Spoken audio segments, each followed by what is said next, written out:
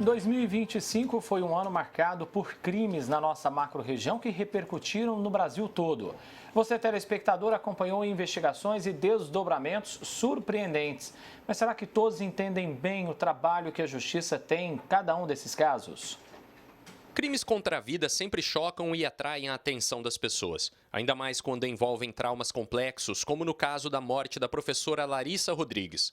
Ela foi envenenada com chumbinho e, de acordo com a acusação do Ministério Público, os culpados seriam o marido, Luiz Garnica, e a sogra, Elizabeth Arrabassa. Durante as investigações, foi descoberto que a cunhada dela, Natália Garnica, tinha sido assassinada da mesma forma. E, novamente, Elizabeth, mãe da vítima, foi apontada como autora.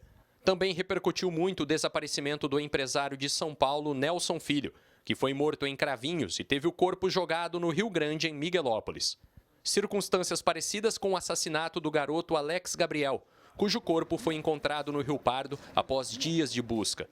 Antes, ele foi submetido a uma sessão de tortura descrita pelos acusados. Chegou a desmaiar na hora que o Alexandre pegou no Cairo e deu na cabeça dele, começou a enjoar sangue.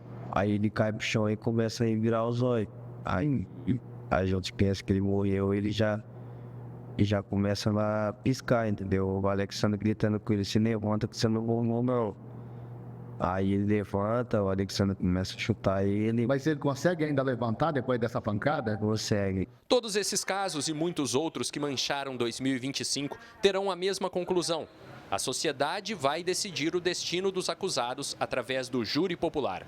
Termo que acabou entrando no dia a dia do telespectador, mas que é repleto de detalhes que talvez não sejam do conhecimento de todos. O Tribunal do Júri, ou Júri Popular, é considerado um dos instrumentos mais democráticos da justiça. Aqui, o réu e o advogado de defesa não têm mais que se preocupar em convencer um juiz técnico formado em direito.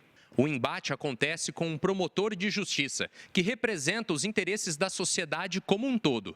O foco da acusação e da defesa está todo aqui, nos jurados. Pessoas simples, escolhidas sem nenhum critério específico de habilidade, mas que no júri assumem o papel mais importante de todos. Mais até que o próprio juiz, responsável apenas por administrar a condução do julgamento. Cada ano, o juiz faz uma seleção de 1.000 pessoas ou mais. Isso vai ser colocado numa urna e cada mês, quando estiver júris, ele vai escolher 25, vão sorteados 25 pessoas.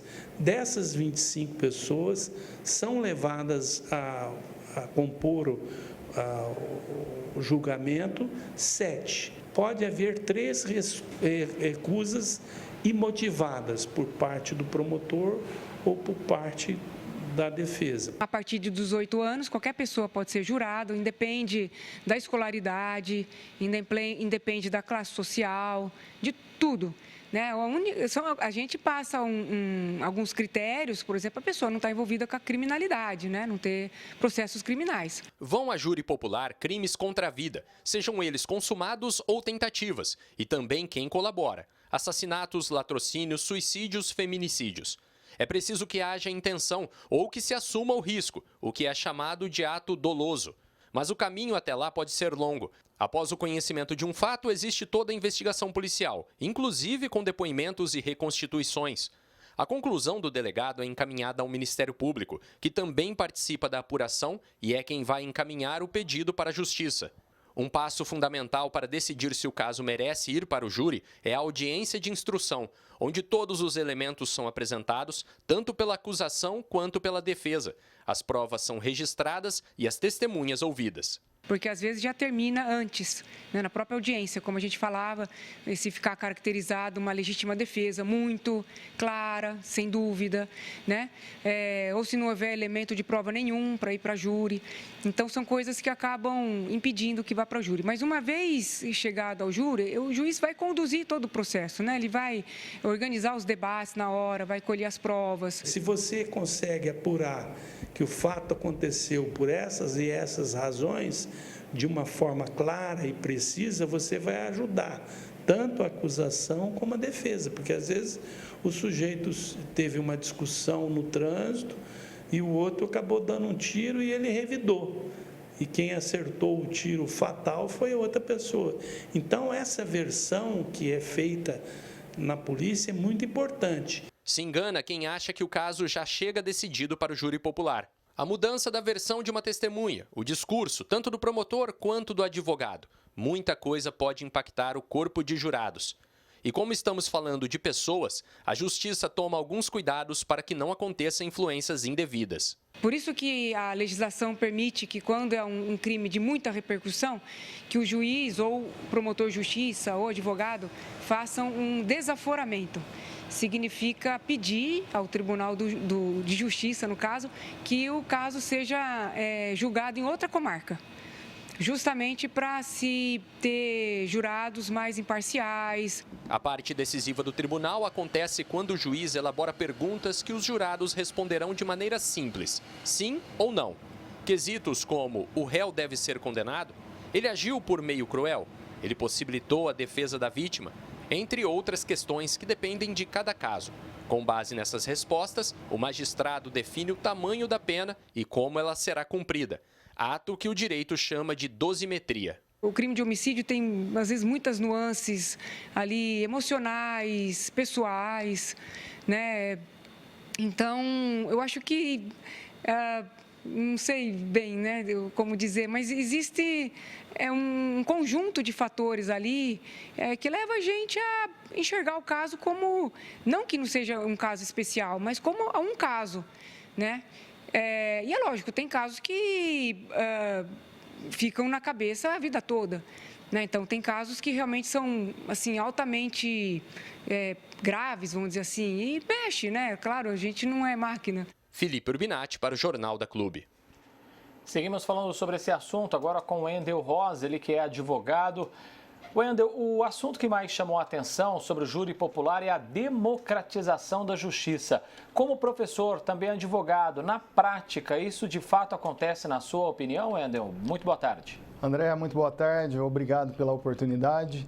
Na minha visão, o júri talvez seja o instituto mais democrático que nós temos, além das eleições. Porque se pensarmos num plebiscito, num referendo, quantos de nós aqui já participou desse processo de tomada de decisão direta? No júri, nós conhecemos pessoas que vão até a justiça, são chamadas à justiça para decidir os casos mais relevantes da nossa sociedade, que são aqueles que envolvem os crimes dolosos contra a vida, né? É importante ressaltar isso, que o júri no Brasil, atualmente, só serve para julgar os crimes dolosos contra a vida e os conexos. Portanto, por exemplo, um crime de latrocínio não vai a júri popular, né? Então, eu entendo que o júri, sim, talvez seja a nossa maior instituição democrática, no sentido de que o povo, de fato, participa das decisões.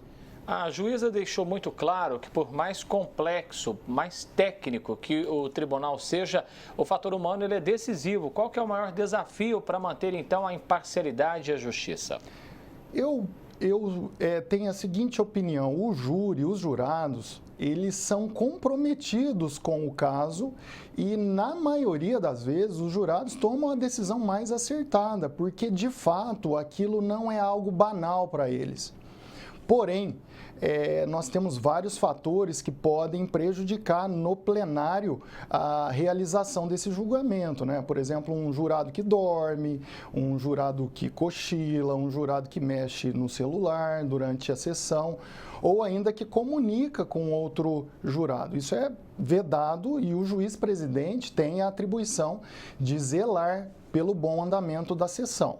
Agora, nós temos uma situação que a magistrada deixou claro para nós, que é o comprometimento do corpo de jurados, por exemplo, numa cidade pequena, em que 80% da população, 50% da população, trabalha para um determinado empresário que movimenta aquela localidade.